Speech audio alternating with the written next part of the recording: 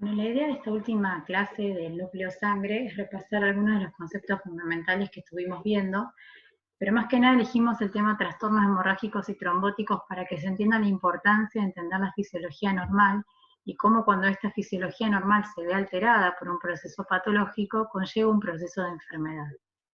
Entonces, cuando hablamos de hemostasia, ya habíamos dicho en las clases anteriores que entendíamos que es el proceso que mantiene la integridad del sistema circulatorio después de que se produce un daño vascular. En condiciones normales, estos procesos de coagulación por un lado y fibrinólisis por el otro guardan un equilibrio y de esta forma mantienen esta integridad del sistema. Ahora, ¿qué sucede en situaciones en las cuales este equilibrio se rompe? Se va a producir el proceso de enfermedad. Si hay un estado a favor de la trombosis, podemos tener, por ejemplo, un infarto agudo de miocardio, un tromboembolismo de pulmón, un accidente cerebrovascular de origen cardioembólico, mientras que en situaciones pro sangrado o a favor de la hemorragia vamos a tener, por ejemplo, un accidente cerebrovascular de tipo hemorrágico o una hemorragia digestiva, por poner algunos ejemplos. ¿Y de qué dependía justamente la hemostasia? De la integridad de la pared vascular, de las plaquetas y del sistema de coagulación. Que si recuerdan ya habíamos dicho, pared vascular y plaquetas eran responsables fundamentalmente de la hemostasia primaria, mientras que el sistema de coagulación de la hemostasia secundaria.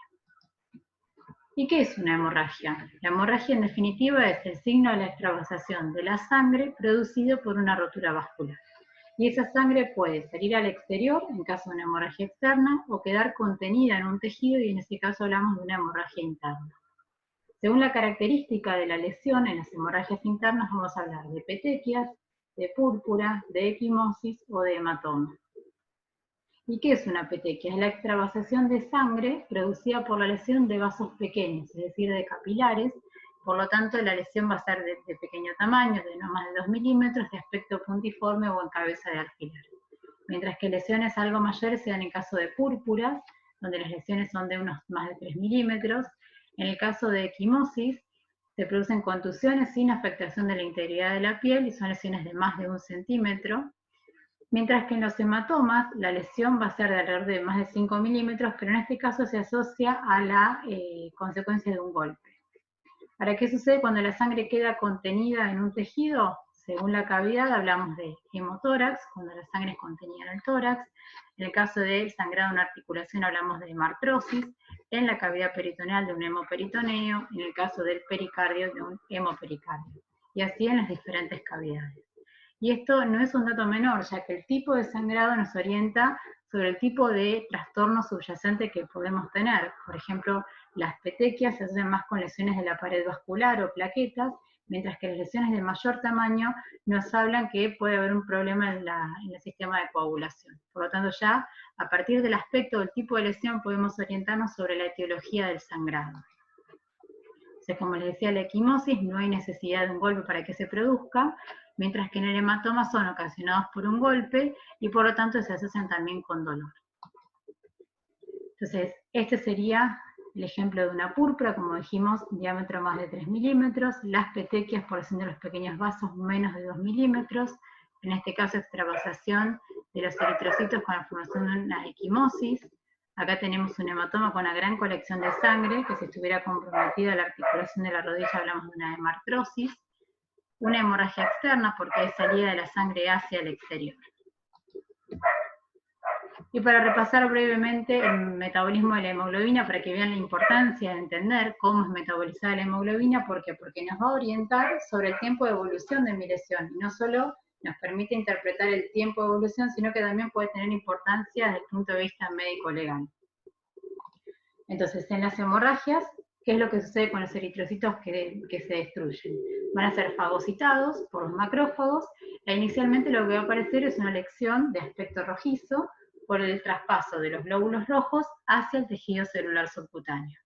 Ya en una segunda etapa, lo que tenemos es la formación de un moretón, de un hematoma, de color, fíjense, morado o azulado, y ese cambio en la coloración se debe a la falta de oxígeno en la hemoglobina.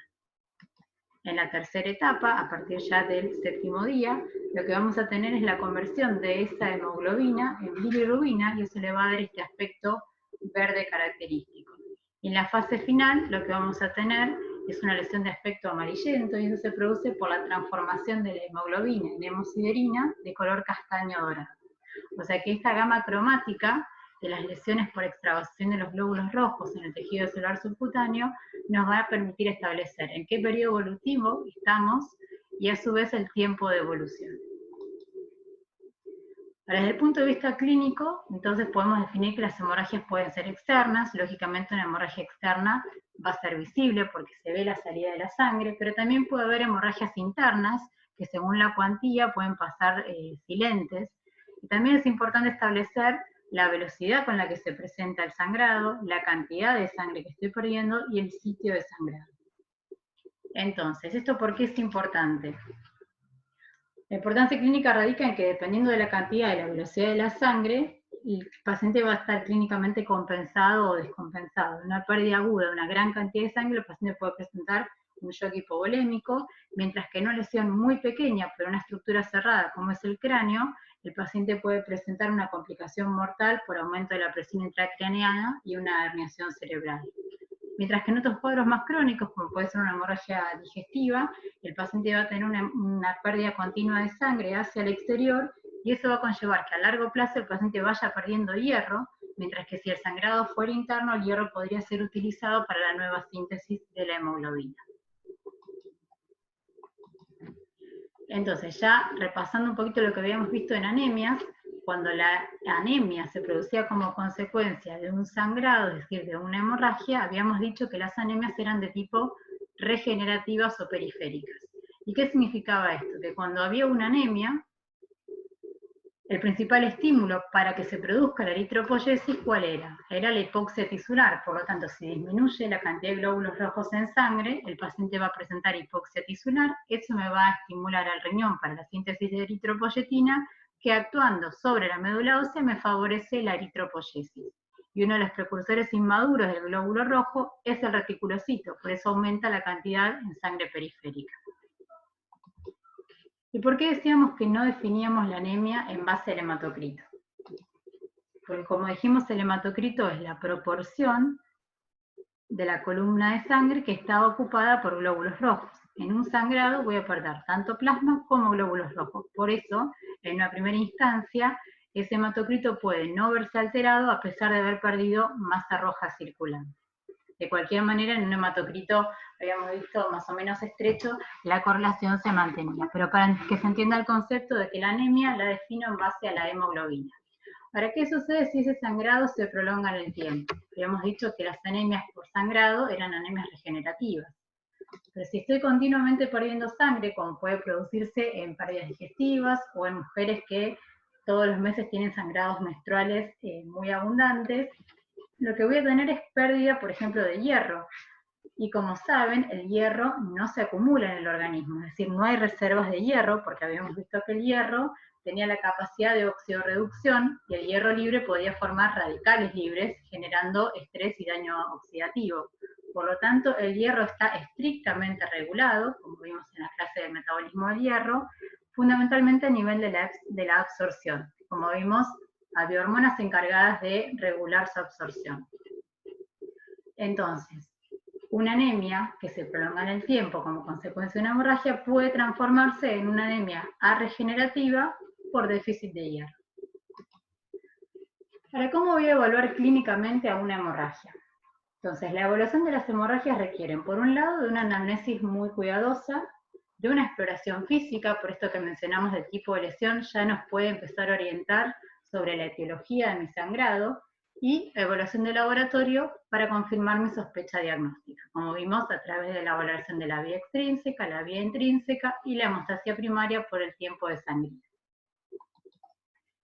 Entonces, la anamnesis del paciente tiene que incluir, por un lado, la descripción del tipo de sangrado. Si el paciente tuvo epistaxis, es decir, sangrado nasal, menorragia, formación de hematomas, en qué circunstancias se produjo el sangrado, es decir, no es lo mismo que sea espontáneo, que sea consecuencia de una cirugía o por un traumatismo, si requirió de algún tratamiento hemostático para detener el sangrado, si el paciente recientemente comenzó a tomar algún tipo de medicación, como puede ser un antiagregante plaquetario como la aspirina, si el paciente tiene alguna patología asociada, como puede ser una enfermedad hepática o como puede ser una infección, si hay antecedentes familiares de manifestaciones hemorrágicas.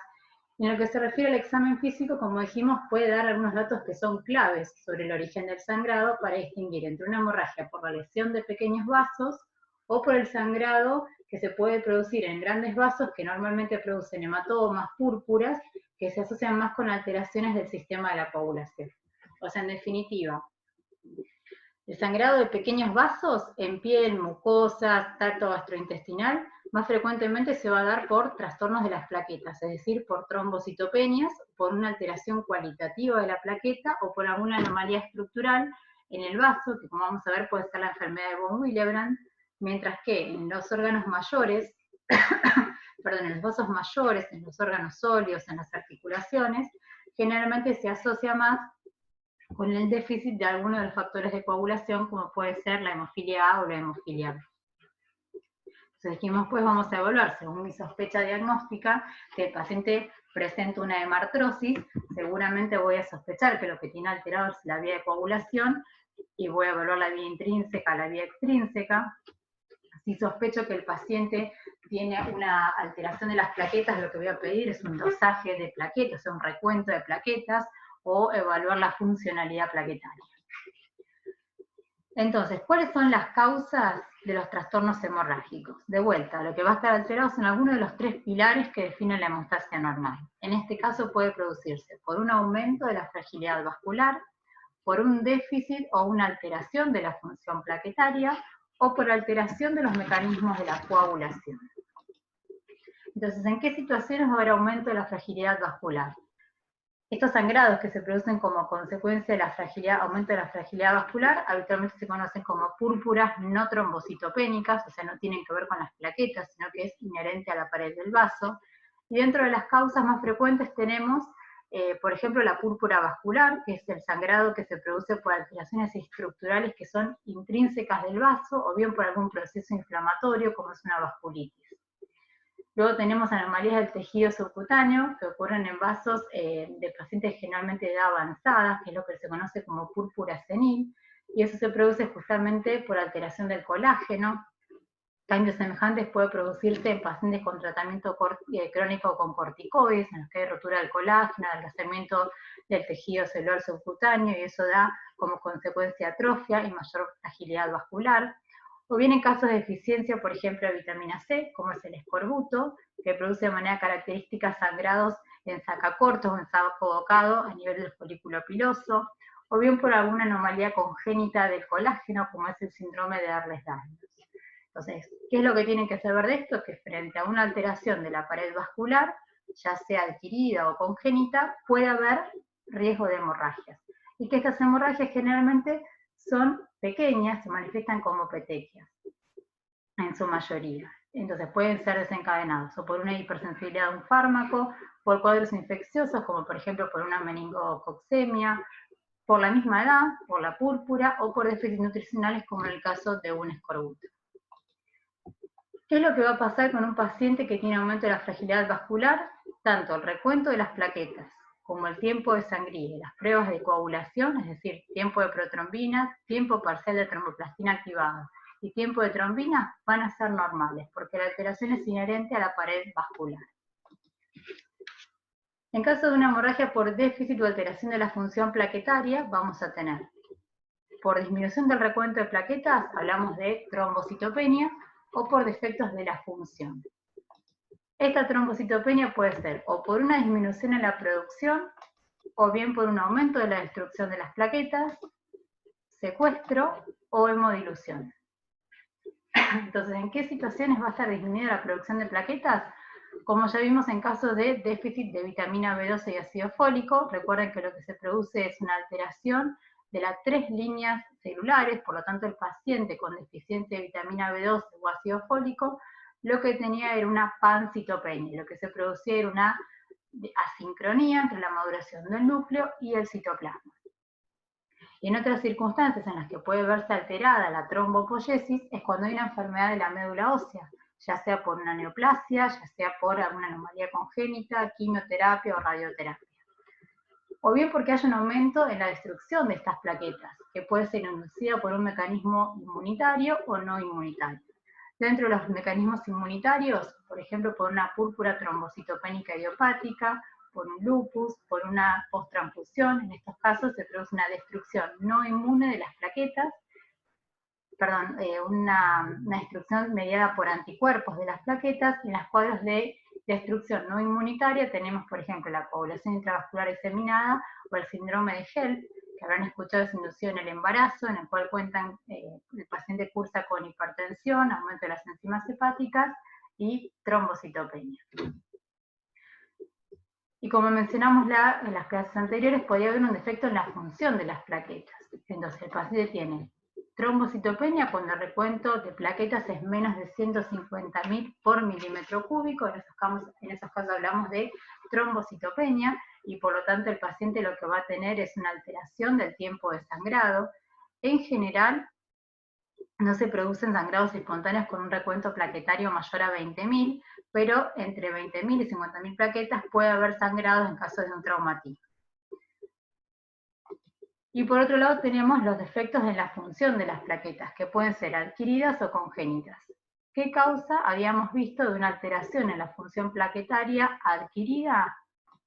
El consumo de fármacos con función antiagregante plaquetaria, como por ejemplo la aspirineta, que es un inhibidor de la ciclooxigenasa 1 y por lo tanto inhibe la síntesis de tromboxano 2, que es un potente agregante plaquetario, o bien los antagonistas de los receptores P2 y Y12, que bloquean la unión del ADP, como el clopidogrel o prasugrel, o bien inhibidores de la glicoproteína 2B3A, como el afliximab.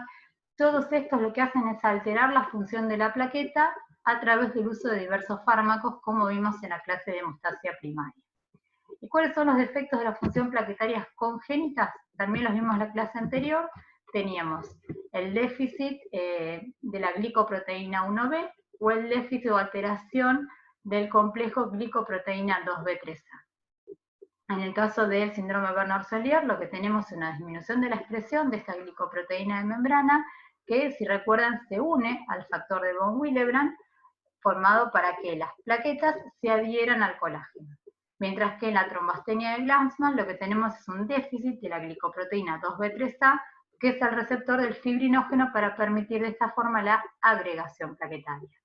Y otro puede ser el defecto de la secreción, conocido como síndrome de plaquetas grises, en los cuales está alterada la cantidad o el contenido de los gránulos de secreción, que eran los gránulos densos y los gránulos alfa. Luego tenemos trastornos hemorrágicos como consecuencia de una alteración de los mecanismos de la coagulación. Y estos mecanismos también pueden ser por una alteración congénita o adquirida. Dentro de los congénitos, los tres más frecuentes son la hemofilia A por alteración del factor 8, hemofilia B por alteración del factor 9 y la enfermedad de von Willebrand por alteración del factor de von Willebrand. Y dentro de las alteraciones de la coagulación adquiridas tenemos el déficit de vitamina K, como puede producirse ya sea de causa carencial o por alguna hepatopatía o por alguna disbacteriosis. Justamente en casos de hepatopatías, coagulación intravascular diseminada, el uso de anticoagulantes orales, como por ejemplo los antivitamina K. ¿Se acuerdan que eran antagonistas de los factores vitamina K dependientes? Factor 2, factor 7, factor 9 y factor 10. ¿Qué es la hemofilia? La hemofilia es un desorden hemorrágico, hereditario y congénito, que está originado por una alteración en el cromosoma X. Y en este caso lo que se produce es una disminución o ausencia de la actividad funcional de los factores 8 o factor 9. Esta hemofilia afecta a los varones del lado materno y en un tercio de los casos surge de manera esporádica, es decir, sin antecedentes familiares.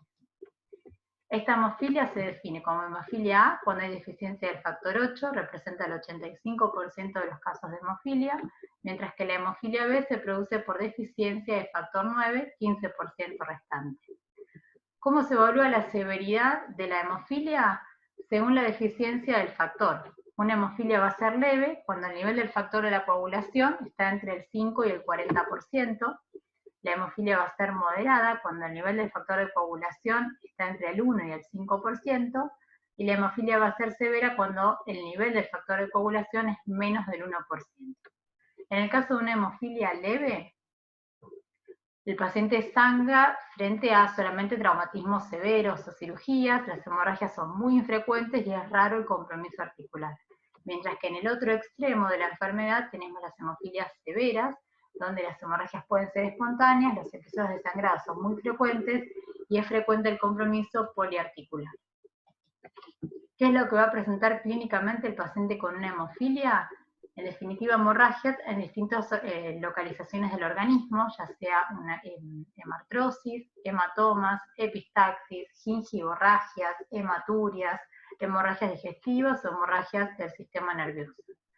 Hemartrosis o hemartros es la colección de sangre a nivel de una articulación. Hematomas, ya habíamos definido. Epistaxis es el sangrado nasal. Gingivorragias es el sangrado a través de las encías. Hematuria, pérdida de sangre a través de la orina. Hemorragias digestivas y del sistema nervioso. Este es un ejemplo, por ejemplo, de un hematoma del psoas bilateral por un trastorno de la hemostasia. La manifestación clínica más frecuente de la hemofilia suele ser el compromiso articular y de los músculos. Generalmente lo que más se afecta son tobillos, rodillas y codos. Se producen cuadros de hemartrosis a repetición y eso lleva en definitiva a la artropatía hemofílica con una severa limitación de la función articular y de dolor crónico. ¿Cómo se diagnostica la hemofilia? Si pensamos qué es lo que tiene alterado un paciente con hemofilia. Factor 9 en el caso de la hemofilia B, y factor 8 en el caso de la hemofilia A. Por lo tanto, el paciente va a tener un tiempo de sangría que es normal, ya que la función plaquetaria está preservada. El recuento de plaquetas también va a ser normal, el paciente no presenta trombocitopenia. El tiempo parcial de tromboplastina activado, que evalúa la vía intrínseca, va a estar prolongado justamente por déficit de estos dos factores que intervienen, si se acuerdan, en la vía intrínseca. Mientras que el tiempo de protrombina, que evalúa la vía extrínseca, va a ser normal. Y por último, el tiempo de trombina va a estar prolongado como consecuencia de la alteración de la vía intrínseca. ¿Cómo confirmo mi diagnóstico? Mediante el dosaje de los niveles de factor 8 y factor 9. Y por último tenemos la enfermedad de von Willebrand, que en realidad es la patología hemorrágica hereditaria más frecuente, es una patología autosómica, que afecta al 1% de la población, solamente produce sangrados significativos en 1 de cada 1000 sujetos afectados. Y es consecuencia de un defecto, ya sea cualitativo o cuantitativo en el factor de von Willebrand. Si recuerdan, habíamos dicho que era el factor de von Willebrand, era una proteína multimérica que estaba sintetizada en las células del endotelio vascular, los megacariocitos y las plaquetas con una vida media de 12 horas. ¿Y cuál era la función del factor de von Willebrand? Fundamentalmente 3 funciones. Mediar la adhesión de las plaquetas a los sitios del daño vascular al unirse al receptor plaquetario, que es la glicoproteína 1B59, y al colágeno con el subendotelio vascular. Facilita la agregación plaquetaria por medio de su unión al receptor plaquetario, que es la glicoproteína 2B3A, y unirse al factor 8 y protegerlo de la degradación proteolítica provocado por la proteína C activada en el torrente sanguíneo. Se han descrito más de 20 formas de enfermedad de von Willebrand, pero se la puede dividir en dos grandes grupos, los tipo 1 y 3, que se asocian con menor cantidad de factor de von Willebrand, y el tipo 2, que produce defectos cualitativos en la factor de von Willebrand. En el caso del tipo 1, que representa el 70% de los casos de enfermedad de von Willebrand, los pacientes tienen hemorragias leves, mientras que en el tipo 3, solo 5% de los casos los sangrados son más severos. Y el 25% restante de los casos, que es la enfermedad de von Willebrand tipo 2, por defecto cualitativo del factor de von Willebrand, las hemorragias suelen ser de leves a moderadas. Entonces, cuando quiero evaluar un paciente con enfermedad de von Willebrand, lo que voy a encontrar es un defecto mixto, ya que tienen, por un lado, alteración de la función plaquetaria, de que como vimos, el factor de von Willebrand participa en la adhesión y agregación plaquetaria, y por otro lado voy a tener alterada la vía de coagulación. ¿Por qué mecanismo? Por compromiso del factor 8, o sea, el tiempo de sangría va a estar alterado con un recuento plaquetario normal, pero a su vez vimos que el factor de von Willebrand estabilizaba el factor 8, por lo tanto, su descenso lo que va a provocar es una disminución secundaria de este factor y alteración de la vía intrínseca, o sea, tiempo parcial de tromboplastina activado prolongado. Por eso hablamos de un defecto mixto, en la hemostasia primaria y en la hemostasia secundaria. O sea que de sangrado lo que tienen que saber, las tres causas más frecuentes o los tres ejemplos más frecuentes, hemofilia A, hemofilia B y enfermedad de von Willebrand, y la interpretación de los datos de laboratorio, tiempo parcial de tromboplastina activado, tiempo de trombina, tiempo de protrombina, que evalúa cada una de las vías. Yo les dejé adjuntos en la clase anterior un artículo sobre las pruebas de laboratorio. No es necesario que sepan los fundamentos bioquímicos de cada una de las pruebas, sino la utilidad clínica, es decir, qué evalúo con cada una de estas pruebas y en qué condiciones o situaciones clínicas puede verse alterada, como los ejemplos que vimos recién. Ahora vamos a hablar del otro extremo de la hemostasia cuando se ve alterada, que es la trombosis. Y cuando hablamos de trombosis, lo que tenemos que repasar es el concepto de tríada de Virchow. Y la tríada de Virchow lo que define son los mecanismos fenotípicos subyacentes a la trombosis, o sea, disminución del flujo sanguíneo, lesión de la pared vascular y desequilibrio entre las fuerzas procoagulantes y anticoagulantes. Los dos primeros puntos se localizan específicamente en el lecho vascular y el último es más de tipo sistémico por alteración del sistema de la coagulación. Entonces, de la misma forma que vimos en trastornos hemorrágicos, para enfrentar el abordaje de un paciente con clínica de trombosis, lo que tenemos que hacer es una correcta anamnesis, edad, antecedentes de intervenciones quirúrgicas, de traumatismo, si el paciente ha presentado una inmovilización prolongada, enfermedades concomitantes, ciertos hábitos como el tabaquismo, evaluar obesidad, antecedentes familiares, antecedentes de embarazo, uso de fármacos como anticonceptivos orales que tienen un efecto protrombótico, una correcta evaluación física, ya que generalmente cuando se produce una trombosis el paciente suele tener manifestaciones clínicas del área afectada, por ejemplo una trombosis venosa profunda va a haber una asimetría de los miembros, dolor en la reacción de dorsiflexión, entre otros signos. Y por último, las pruebas de laboratorio que me van a permitir confirmar mi diagnóstico, y en este caso se hacen también pruebas de imágenes, como puede ser un Doppler o un estudio funcional. Entonces, dijimos que la tríada de Virchow está dada por lesión endotelial, por alteración de la coagulación, o bien por una alteración del flujo sanguíneo. En el caso de una lesión endotelial, ¿cuáles son las causas que me la van a provocar? Por ejemplo, un traumatismo o una cirugía, una punción venosa, irritación química, una valvulopatía, aterosclerosis o una sonda permanente. Entonces, en estos casos, como consecuencia de la injuria endotelial, lo que voy a tener es un estado protrombótico. ¿Recuerdan cuando vimos la hemostasia normal? Cuando se producía una injuria sobre el endotelio, lo que se genera es una disfunción del endotelio. Como consecuencia de la disfunción endotelial, va a haber un estado protrombótico. Por otro lado, tenemos alteraciones en el flujo sanguíneo. Sabemos que en condiciones normales el flujo sanguíneo es laminar. Es decir, los elementos celulares discurren dentro de la luz del vaso, separados del endotelio por una capa de plasma que los desplaza más lentamente. Pero cuando se produce una estasis, las turbulencias, eso alteran el flujo laminar y ponen las plaquetas en contacto con el endotelio, impiden a los factores activados de la coagulación que se diluyan de la sangre circulante reciente, retrasan la entrada de los inhibidores de los factores de la coagulación y permiten así la acumulación de trombos, favoreciendo la activación de las células endoteliales. Como ya habíamos visto, el endotelio es un transductor colimodal bifásico, por lo tanto, cuando hay una alteración del flujo laminar, eso produce activación por aumento del shear estrés o el estrés parietal, con todas las consecuencias de la activación del sistema de la coagulación. ¿En qué situaciones se va a producir una estasis circulatoria? Por ejemplo, una fibrilación auricular, en caso de una insuficiencia cardíaca con disfunción ventricular izquierda, en caso de una inmovilidad o parálisis, en casos de insuficiencia venosa, obstrucción venosa por tumores, obesidad o en caso de embarazo.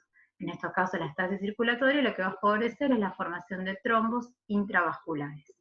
Por ejemplo, en esta situación de pandemia, donde estamos con un aislamiento social obligatorio, he tenido 3-4 casos de pacientes que han consultado por dolor y asimetría del miembro inferior, y justamente relatando a los pacientes, hace mucho tiempo que no salen a deambular, son pacientes añosos, que tienen un terreno varicoso que lo predispone y han tenido cuadros de trombosis venosa profunda. Pero no, fíjense cómo la no deambulación o viajes prolongados, por ejemplo en colectivos o en aviones, favorece el desarrollo de trombosis en pacientes predispuestos. Y por último tenemos la alteración de la cascada de la coagulación. ¿En qué situaciones se va a producir un estado hipercoagulable? En caso de algún tumor maligno, en caso de embarazo y periodo perioperatorio, tratamientos con estrógenos, como dijimos, los anticonceptivos orales tienen efecto protrombótico, en caso de traumatismo o cirugías mayores, en casos de enteropatía inflamatoria, septicemia o trombofilia. Estas alteraciones de la cascada de la coagulación pueden ser adquiridas o pueden ser de tipo hereditario. Entonces, dentro de las que son hereditarias, tenemos por alteración de las proteínas anticoagulantes naturales, como son resistencia a la proteína C activada, conocido como factor 5 Leiden, la mutación de la protrombina, la homocisteinemia, el déficit de antitrombina 3, deficiencia de proteína S y deficiencia de proteína S. Si recuerdan, el factor 5 Leiden en realidad es una alteración hereditaria dentro de las más frecuentes de los cuadros que producen trombosis y se produce como consecuencia de una mutación del factor 5 que produce la resistencia de la degradación de este factor por la proteína C. Si se acuerdan, el factor 5 formaba parte del complejo de la protrombinasa junto con el factor 10 activado y por lo tanto la resistencia a este factor 5 favorece un estado protrombótico ya que aumenta la producción de trombina. Por otro lado tenemos a la antitrombina, que si recuerdan, la antitrombina es un anticoagulante natural que se une al heparansulfato endógeno y por tanto inhibe la acción de la trombina y de otros factores de la coagulación como son el factor 12, factor 11, factor 10, factor 9. Por lo tanto, cuando hay una alteración o una mutación de la protrombina, se impide el bloqueo de todos estos factores de la coagulación, generando un estado protrombótico. Luego tenemos el complejo trombina-trombomodulina, que activa a la proteína C, y esta junto a su cofactor, la proteína S, producen inactivación de los factores 5 y factor 8. Por lo tanto, en el caso de una deficiencia de la proteína S o deficiencia de la proteína C, no va a haber degradación de estos dos factores que, como dijimos, son fundamentales porque el factor 5 formaba parte del complejo protrombinasa, mientras que, si se acuerdan, el factor 8 era fundamental para formar la tenasa de la vía intrínseca junto con el factor 9. Otra situación en la cual puede haber un aumento de la trombosis, lo mencionamos acá, puede ser por aumento del recuento de plaquetas, es decir, una trombocitosis. ¿Y en qué otras condiciones clínicas puede haber un aumento del riesgo de trombosis? Por una alteración natural del sistema fibrinolítico, es decir, por una deficiencia del activador tisular del plasminógeno, como vimos acá, por una disfibrinogenemia, por una disminución del plasminógeno, que catalizaba la conversión de la plasmina para la degradación de la fibrina, o por un exceso del inhibidor del activador del plasminógeno. Si se acuerdan, cuando mencionamos el inhibidor del plasminógeno tipo 2, era sintetizado en la placenta, y es por eso que en ciertas mujeres la alteración de este inhibidor del activador del plasminógeno podía favorecer el desarrollo de trombosis en la situación del embarazo. Entonces, en definitiva, fíjense cómo la alteración de la hemostasia primaria, secundaria, el sistema fibrinolítico pueden conducir a distintas entidades clínicas como el accidente cerebrovascular, la trombofilia en el embarazo, una trombosis venosa profunda, un tromboembolismo de pulmón, un infarto agudo de miocardio. Por lo tanto, lo importante es que entiendan cómo se interrelacionan los distintos estirpes celulares, como consecuencia de una hemorragia puede el paciente presentar una anemia, tipo de anemia en función del tipo de sangrado, es decir, si es aguda va a ser una anemia de tipo regenerativa, si se prolonga en el tiempo la anemia va a pasar a ser regenerativa, y según la alteración de los mecanismos fisiológicos normales, el paciente puede presentar un estado hemorrágico o protrombótico. En la próxima semana nos estamos viendo ya para hacer la consultoría en vivo, así que traten de ir cargando las consultas, las dudas que puedan tener, para ir dando por finalizado el núcleo sangre y ya avanzar con los contenidos de respiratorio.